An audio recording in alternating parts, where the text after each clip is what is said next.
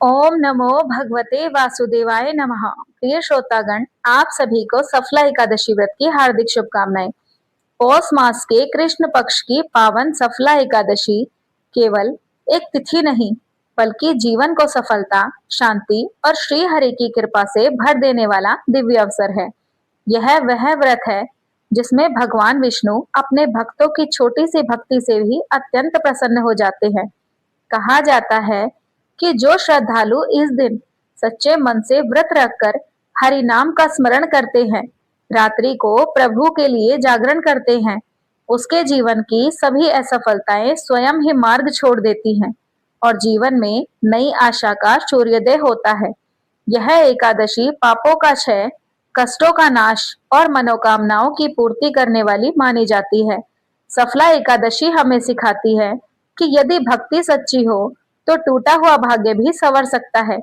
आइए इस पावन दिन पर मन, वचन और कर्म से श्री हरि विष्णु के चरणों में समर्पित होकर सफला एकादशी के व्रत का शुभारंभ करें, ताकि हमारा जीवन भी नाम के अनुरूप सफल, सार्थक और मंगलमय बन सके।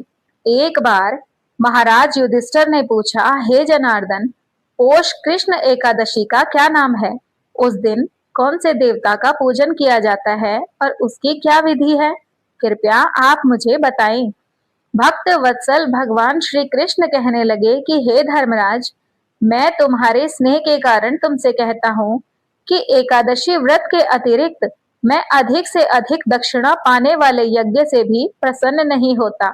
अतः इसे अत्यंत भक्ति और श्रद्धा से युक्त होकर करें।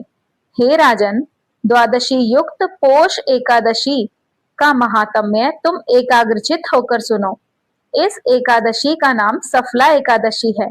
इस एकादशी के देवता श्री नारायण हैं। विधि पूर्वक इस व्रत को करना चाहिए। जिस प्रकार नागों में शेषनाग, पक्षियों में गरुड़, सब ग्रहों में चंद्रमा, यज्ञों में अश्वमेघ और देवताओं में भगवान विष्णु श्रेष्ठ हैं, उसी तरह सब व्रतों में एकादशी का व्रत श्रेष्ठ है। जो मनुष्य सदैव एकादशी का व्रत करते हैं, वे मुझे परम प्रिय हैं। अब इस व्रत की विधि मैं तुमसे कहता हूँ। मेरी पूजा के लिए ऋतु के अनुकूल फल, नारियल, नींबू, नैवेद्य आदि 16 वस्तुओं का संग्रह करें। इस सामग्री से मेरी पूजा करने के बाद रात्रि जागरण करें।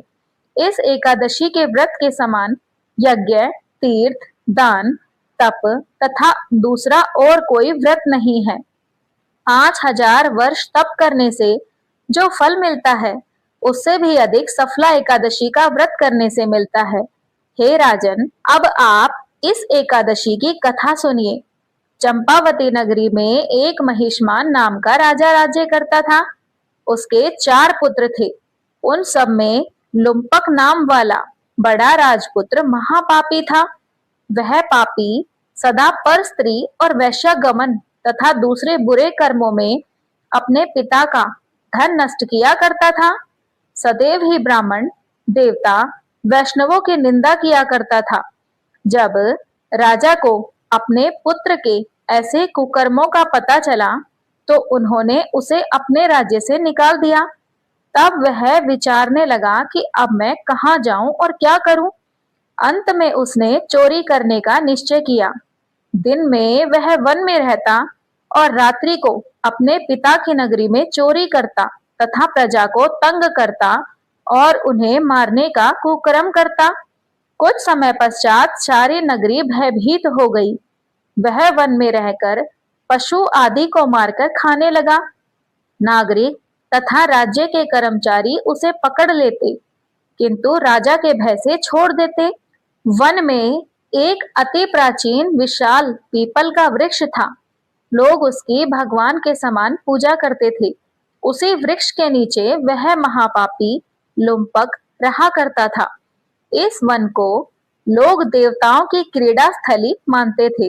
कुछ समय पश्चात पोष कृष्ण पक्ष की दशमी के दिन वह वस्त्रहीन होने के कारण शीत के चलते सारी रात्रि सो नहीं सका। उसके हाथ पैर अकड़ गए। सूर्योदय होते होते वह मूर्छित हो गया। दूसरे दिन एकादशी को मध्याह्न के समय सूर्य की गर्मी पाकर उसकी मूर्छा दूर हुई। गिरता पड़ता वह भोजन की तलाश में निकला।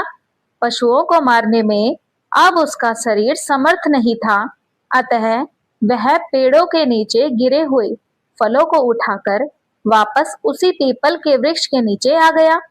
उस समय तक भगवान सूर्य भी अस्त हो चुके थे। वृक्ष के नीचे वह फल रखकर कहने लगा कि हे भगवान, अब आपको ही अर्पण है ये फल। अब आप ही इन्हें ग्रहण कीजिए और तृप्त हो जाइए। उस रात्रि को दुख के कारण लुम्पक को सारी रात नींद नहीं आई। उसके इस उपवास और जागरण से भगवान अति प्रसन्न हुए और उसके सारे पाप नष्ट हो गए। दूसरे दिन प्रातः एक अति सुंदर घोड़ा अनेक सुंदर वस्तुओं से सजा हुआ उसके सामने आकर खड़ा हो गया। उसी समय आकाशवाणी हुई कि हे राजपुत्र, श्री नारायण की कृपा से तुम्हारे सारे पाप नष्ट हो गए। अब तुम अपने पिता के पास जाकर अपना राज्य प्राप्त करो। ऐसी वाणी सुनकर वह अत्यंत प्रसन्न हुआ और दिव्य वस्त्र धारण करके भगवान आपकी जय हो कहकर अपने पिता के पास चला गया। उसके पिता ने प्रसन्न होकर उसे समस्त राज्य का भार सौंप दिया और वन का रास्ता ले लिया। अब लुम्पक शास्त्रा अनुसार राज्य करने लगा। उसके स्त्री, पुत्र आदि सारा कुटुंब भगवान नारायण का परम भक्त हो गया। वृद्ध होने पर वह भी अपने पुत्र को राज्य का भार सौंपकर वन में तपस्या करने चला गया और अंत में बैकुंठ को प्राप्त हुआ। अतः जो मनुष्य इस परम पवित्र सफला एकादशी का व्रत करता है, उसे अंत में मोक्ष की प्राप्ति होती है। इस सफला एकादशी के महात्म्य को पढ़ने या श्रवण करने से मनुष्य को अश्वमेध यज्ञ का फल मिलता है। तो सभी प्रेम से बोलिए भगवान श्री हरि विष्णु की जय, माता लक्ष्मी की जय। प्रिय भक्तजनों, आप सुनिए तुलसी माता की कृपा प्राप्त करने वाली बुढ़िया माई की कहानी। एक बुढ़िया माई तुलसी जी को रोज सींचती और कहती, हे तुलसी माता, सत की दाता, मैं तेरा बिड़ला सींचती हूँ। तू मुझे बहू दे, पीतांबर की धोती दे, मीठा मीठा ग्रास दे, बैकुंठ में वास दे, चटक की चाल दे, पटक की मौत दे, चंदन का काठ दे, रानी सा राज दे, दाल भात का भोजन दे, ग्यारस की मौत दे, श्री कृष्ण जी का कंधा दे। तब तुलसी माता यह सब सुनकर धीरे धीरे सूखने लगी। तो भगवान ने पूछा कि हे तुलसी, तुम क्यों सूख रही हो? तुलसी माता ने कहा कि हे प्रभु, बस अब आप मेरे मन की ना पूछो। श्री कृष्ण जी बोले कि मैं नहीं पूछूंगा तो कौन पूछेगा? तब तुलसी माता ने बताया कि एक बुढ़िया माई रोज आती है और अपनी बात कहकर चली जाती है। मैं उनकी ये सब बातें तो पूरा कर दूंगी, लेकिन श्री कृष्ण जी का कंधा मैं कहाँ से लाऊंगी? तो भगवान बोले कि जब वो बुढ़िया माई मरेंगी तो मैं अपने आप ही उन्हें कांधा दे आऊंगा। तुम बुढ़िया माई से कह देना। बाद में जब अपनी आयु उपरांत जब बुढ़िया माई मर गई तो सब लोग आए। जब बुढ़िया माई को अंतिम यात्रा पर ले जाने लगी तो वे तो किसी से भी नहीं उठी। उनकी अर्थी बहुत भारी हो गई। तब भगवान श्री कृष्ण 12 बरस के एक बालक का रूप धारण करके आए। बालक ने बुढ़िया माई के कान में कहा कि बुढ़िया माई, तू अपने मन की निकाल ले, पीतांबर की धोती ले, मीठा मीठा ग्रास ले, बैकुंठा में वास ले, चटक की चाल ले, पटक की मौत ले और ले श्री कृष्ण जी का कंधा ले। यह बात सुनकर तो बुढ़िया माई हल्की हो गई। भगवान ने कंधा दिया और बुढ़िया माई को मुक्ति मिल गई। हे तुलसी माता, जैसे आपने बुढ़िया माई को मुक्ति दी वैसे हम सबको देना। तो सभी प्रेम से बोलिए तुलसी माता की जय, श्री कृष्ण भगवान की जय। प्रिय श्रोताओं, आज सफला एकादशी के पावन उपलक्ष्य में सुनिए मधुराष्टकम अर्थ सहित। मधुराष्टकम में भगवान श्री कृष्ण के अद्भुत और मधुर स्वरूप का वर्णन किया गया है। इस लोकप्रिय संस्कृत स्रोत की रचना संत श्री वल्लभाचार्य जी ने की थी। 8 श्लोक वाले संस्कृत स्रोत मधुराष्टकम में श्री कृष्ण जी के पूर्ण स्वरूप को मधुर बताते हुए उनके दिव्य रूप की महिमा बताई गई है। आइए श्रवण करते हैं इस पवित्र पाठ को। अधरम मधुरम वदनम मधुरम नयनम मधुरम हसितम मधुरम हृदयं मधुरं गमनं मधुरं मधुराधिगमं मधुरं मधुरम। हे श्री कृष्ण, आपके अधर यानी कि होठ, मुख, नेत्र, मुस्कान, हृदय और चाल सब कुछ मधुर है। उनकी मधुरता में भी सबसे अधिक मधुरता है। वचनं मधुरं चरितं मधुरं वसनं मधुरं वलितं मधुरं चलितं मधुरं भ्रमितं मधुरं मधुराधिगमं मधुरं मधुरम। हे श्री कृष्ण, आप जो कहते हैं वो सब मधुर है। आपका दिव्य चरित्र, वस्त्र, केशों की लटें भी मधुर है। आप जैसे चलते हैं वो भी मधुर है। आपका भ्रमण भी मधुर है। आपका सब कुछ मधुर ही मधुर है। रेणुर्धुरो रेणुर्मधुरो पाणिर्मधुरो पादो मधुरो नित्यं मधुरं संख्यं मधुरं मधुराधिगम मधुरम मधुरम। हे श्री कृष्ण, आपकी बंसी मधुर है। आपके चरणों की धूल मधुर है। आपके हाथ पैर मधुर है। आपका नित्य मधुर है। आपकी मित्रता भी मधुर है। हे मधुराधिपति, आपका सब कुछ मधुर से भी मधुर है। गीतम मधुरम पीतम मधुरम भुक्तं मधुरं सुप्तं मधुरं रूपं मधुरं तिलकं मधुरं मधुराधिपतेरखिलं मधुरम। हे श्री कृष्ण, आप जो गीत गाते हैं वो मधुर है। आपका खाना पीना सोना रूप सब मधुर है। आपका टीका मधुर है। हे मधुराधिपति श्री कृष्ण, आपका सब कुछ मधुर है। करणं मधुरं तरणं मधुरं हरणं मधुरं रमणं मधुरं वमितं मधुरं शमितं मधुरं मधुराधिपतेरखिलं मधुरम। हे श्री कृष्ण, आपके कार्य मधुर है। आपका तैरना मधुर है। आपका चोरी करना मधुर है। आपका प्यार करना मधुर है। आपके शब्द मधुर हैं। आपका शांत रहना मधुर है। मधुरता के भगवान हे श्री कृष्ण, आपका सब कुछ मधुर है। गुंजा मधुरा माला मधुरा यमुना मधुरा वीची मधुरा सलिलं मधुरं कमलं मधुरं मधुराधिपतेरखिलं मधुरम। आपकी घुंघची मधुर है। आपकी माला मधुर है। आपकी यमुना मधुर है। यमुना में उठती लहरें मधुर हैं। इनका पानी मधुर है। इसमें खिलने वाले कमल मधुर हैं। हे मधुराधिपति श्री कृष्ण, आपका सब कुछ मधुर ही मधुर है। गोपी मधुरा लीला मधुरा युक्तं मधुरं मुक्तं मधुरं दृष्टं मधुरं शिष्टं मधुरं मधुराधिपतेरखिलं मधुरम। हे श्री कृष्ण, आपकी गोपियां मधुर हैं। आपकी लीला मधुर है।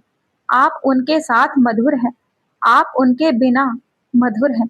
आपका देखना मधुर है। आपकी शिष्टता मधुर है। हे श्री कृष्ण, आपका सब कुछ मधुर है। गोपा मधुरा गाओ मधुरा यष्टिर्मधुरा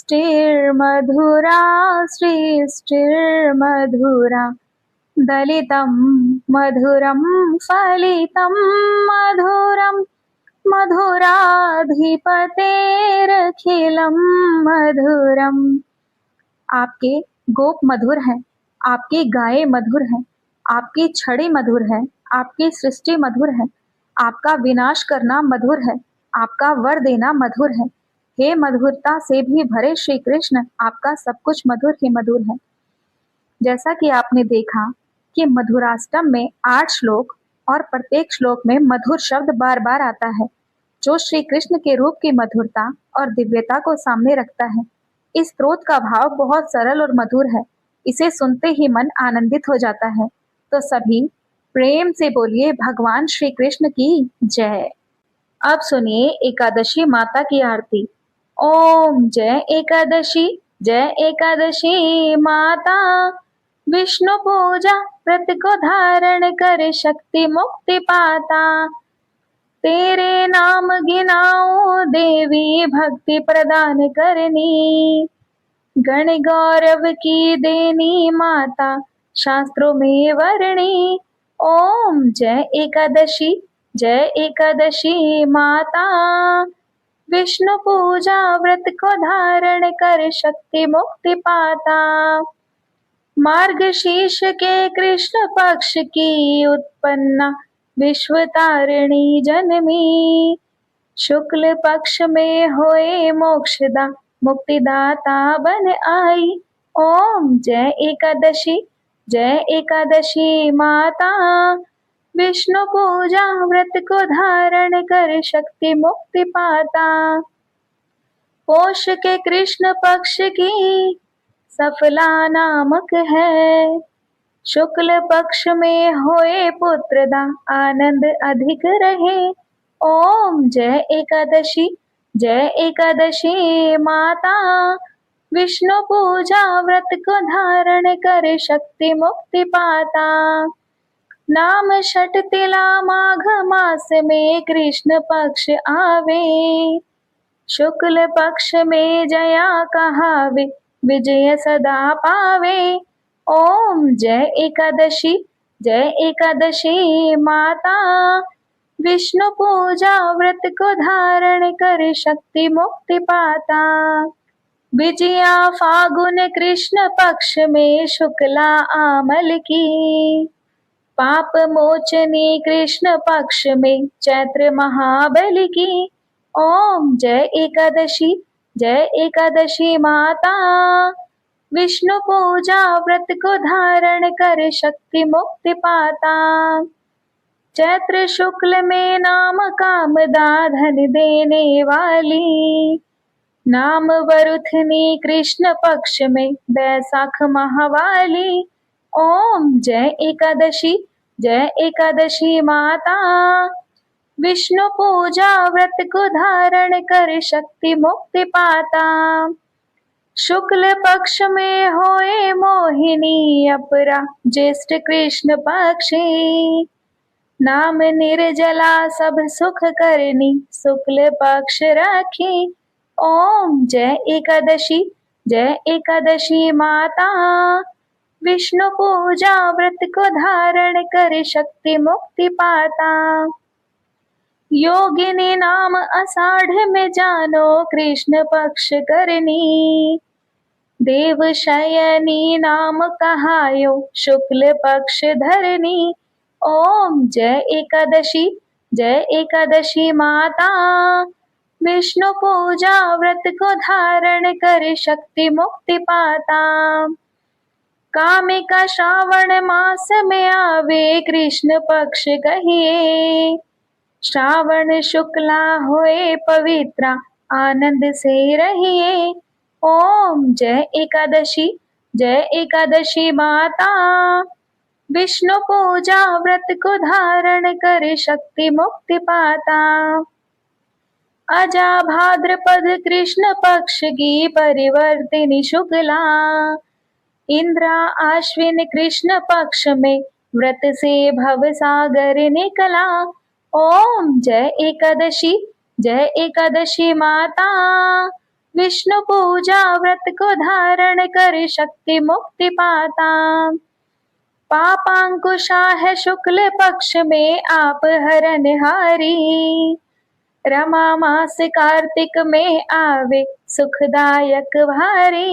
ओम जय एकादशी माता। विष्णु पूजा व्रत को धारण कर शक्ति मुक्ति पाता। देवोत्थानी शुक्ल पक्ष की दुख नाशक मैया। पावन मास में करो विनती पार करो नैया। ओम जय एकादशी माता। विष्णु पूजा व्रत को धारण कर शक्ति मुक्ति पाता। परमा कृष्ण पक्ष में होती जन मंगल करनी। शुक्ल मास में होए पद्मिनी दुख दारिद्र्य हरनी। ओम जय एकादशी माता। विष्णु पूजा व्रत को धारण कर शक्ति मुक्ति पाता। जो कोई आरती एकादशी की भक्ति सहित गावे। जन गुरुदिता स्वर्ग का वासा निश्चय वह पावे। ओम जय एकादशी माता। विष्णु पूजा व्रत को धारण कर शक्ति मुक्ति पाता। तो सभी प्रेम से बोलिए एकादशी माता की जय।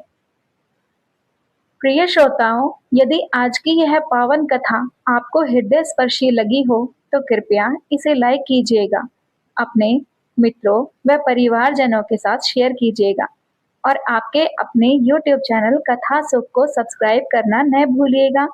आप सभी सुखी व स्वस्थ रहें। जय श्री राधे कृष्णा। धन्यवाद।